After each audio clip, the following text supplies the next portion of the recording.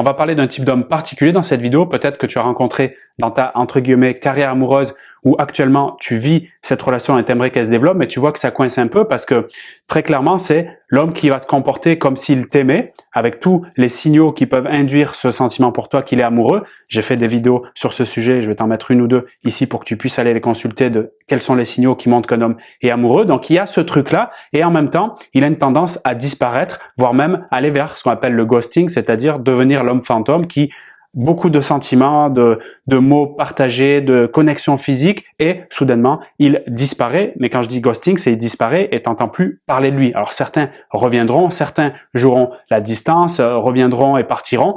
Bref, tu te retrouves dans cette situation où tu comprends pas. Il est là, il est pas là. On dirait qu'il m'aime, mais finalement, il se comporte comme si on se connaissait pas. Qu'est-ce qu'on fait de tout ça? Mon but ici, c'est t'aider à le comprendre.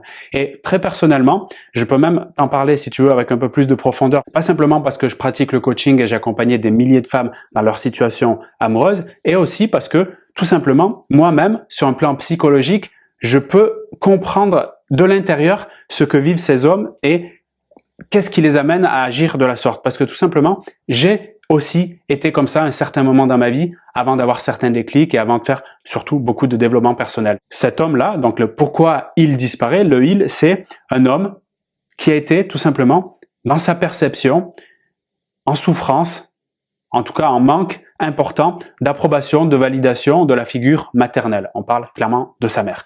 Et il a développé tout au long de son parcours humain, mais aussi amoureux et relationnel avec les femmes, ce désir inconscient d'aller chercher la validation, l'approbation de sa maman. Au fond, regarder à travers le regard d'une femme quelque chose qui est de l'ordre de l'amour, de l'affection, de la validation. Et cette recherche-là, elle est plus ou moins importante selon le manque, d'accord, qu'il reçoit ou qu'il perçoit recevoir de sa maman quand il est petit, quand il grandit, adolescent et plus tard adulte.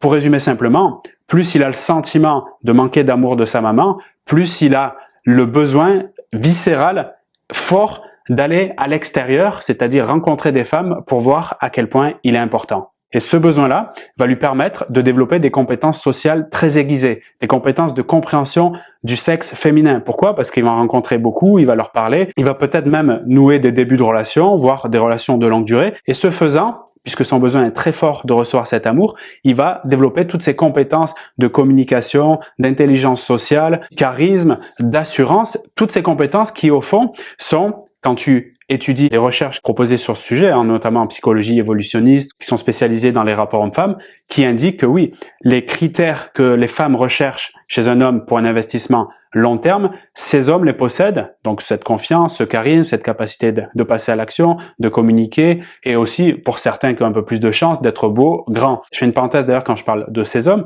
celui qui souffre de ce manque d'amour de sa mère et qui veut essayer de le chercher à l'extérieur. Pour certains, ça devient d'ailleurs obsessionnel, inconsciemment, et ça crée des comportements compulsifs. Donc on pourrait d'ailleurs les mettre dans la catégorie, j'aime pas trop le terme, mais pour qu'on se comprenne, de séducteurs compulsifs. J'ai l'image en tête, pour illustrer ça, d'un pigeon qui bouge la tête 3000 fois par seconde, tu sais, pour voir un peu, observer son monde, chercher des miettes de pain, etc. Ben, cet homme-là, on a l'impression que quand il est sur une femme, d'accord, il peut pas tenir son attention 3 secondes, il faut qu'il aille regarder ailleurs ce qui se passe, parce que c'est compulsif. C'est-à-dire que c'est un besoin qui est tellement fort qu'il faut aller chercher cette attention, cette approbation, validation de la part des femmes. D'ailleurs, de mon observation, plus son besoin est fort, plus le spectre de ses recherches va être élargi, c'est-à-dire qu'il va pas seulement focaliser sur une fille qui est plutôt belle et jeune, il peut aller regarder aussi les filles qui sont plus vieilles par rapport à lui, les filles qui sont peut-être plus grosses, plus maigres, d'origine ethnique différente. Bref, il peut élargir ce champ-là parce que au fond, et c'est finalement le point crucial de cette compréhension de cet homme peut-être que tu as affaire en ce moment, à toi de voir si c'est le cas et si tu veux que je t'aide à justement analyser la situation et comprendre mieux ce qui se passe, je t'invite à postuler pour un appel découverte dans la description de cette vidéo, c'est offert. Je me ferai un plaisir d'échanger avec toi de vive voix et je suis sûr que ce plaisir sera partagé par téléphone.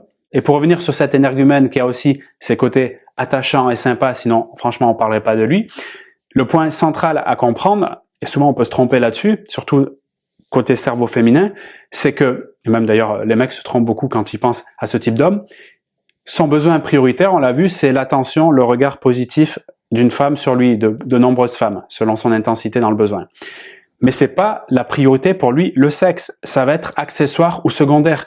Ok, il va y avoir des rapports sexuels s'il fait beaucoup de rencontres, mais il va pas le mettre en priorité. C'est ça d'ailleurs qui peut être déstabilisant si tu as un homme comme ça en face de toi. Tu le rencontres, vous passez un bon moment, tu as le sentiment justement qu'il y a de l'amour en fait de sa part vers toi, et peut-être même va-t-il le dire parfois avec une étonnante éloquence et une sacrée belle énergie, ce qui certainement, je peux me mettre à ta place quelques instants, donne vraiment envie de prendre contact et de garder la relation. Ce qui se passe pour lui dans ce cas-là, dans ce transfert vraiment positif d'énergie, c'est ressentir que tu fusionnes avec lui, et ça c'est beaucoup plus palpitant, beaucoup plus excitant pour lui que avoir du sexe, encore une fois, même si ça sera quelque chose qui sera agréable, et pourquoi pas, j'ai la preuve avec de nombreuses femmes de cœur qui me font ces retours régulièrement, et bien que c'est un moment extraordinaire. C'est d'ailleurs aussi ça qui donne envie de continuer cette relation. Donc quand tu le vois de cette façon, donc le regard de cet homme qui vient plutôt chercher la validation dans tes yeux, dans les yeux de nombreuses femmes, c'est beaucoup plus facile, j'espère maintenant pour toi, de saisir à quel point, eh bien, il sera même, lui, en fait, presque embarrassé. Alors, je veux pas mettre trop de compassion dessus parce que tu peux souffrir de ce comportement de sa part, mais c'est important aussi d'aller rechercher, vraiment saisir ce qui se passe en lui à ce moment-là pour limiter aussi la casse, c'est-à-dire la souffrance que tu peux recevoir, d'accord? Donc, lui, il vit aussi cela, pas comme quelque chose qui est génial, ça y est, j'ai plein de conquêtes, etc. Ça, ceux qui sont beaucoup dans l'ego et qui sont très peu matures sur le plan émotionnel peuvent le vivre comme ça. Mais ceux qui sont dans cette dimension-là, donc peu de conscience de eux-mêmes, tu peux le constater et observe-le. Je remarque en tout cas que dans la majorité des cas, ils vont compenser par d'autres addictions qui peuvent être fumer, boire, les sorties, même l'excès de travail ou l'excès de sport, qui sont aussi des façons de compenser. Donc de tomber quelque part dans d'autres addictions, parce que celle-ci en est une, ce besoin viscéral d'aller chercher l'amour à travers le regard des femmes. En regardant de cet angle-là, ça permet, en tout cas c'est vraiment ce que j'ai envie de te conseiller aussi si tu le vis, et surtout si tu as un peu le côté nourricier, sauveteuse, infirmière dans la relation ou maternelle, de te détendre sur le fait de vouloir modifier les choses, de le changer, etc. Parce qu'en fait le travail, il est à lui, c'est-à-dire c'est à lui de prendre sa décision s'il le veut, de faire quelque chose pour lui, pour aussi agrémenter de meilleures relations. Mais c'est pas à toi d'aller changer, modifier, donner des conseils ou quoi que ce soit, surtout si c'est quelqu'un qui a beaucoup de réactance, de rébellion, c'est-à-dire qu'il a du mal à accepter les conseils, les suggestions venant de l'extérieur, d'accord? Parce qu'il y a aussi une corrélation qui peut se faire avec ce côté-là. J'ai des douleurs, j'ai des addictions, donc j'ai pas envie de recevoir de l'aide, des conseils de l'autre, parce que ça me met en miroir sur mon propre échec ou ma propre souffrance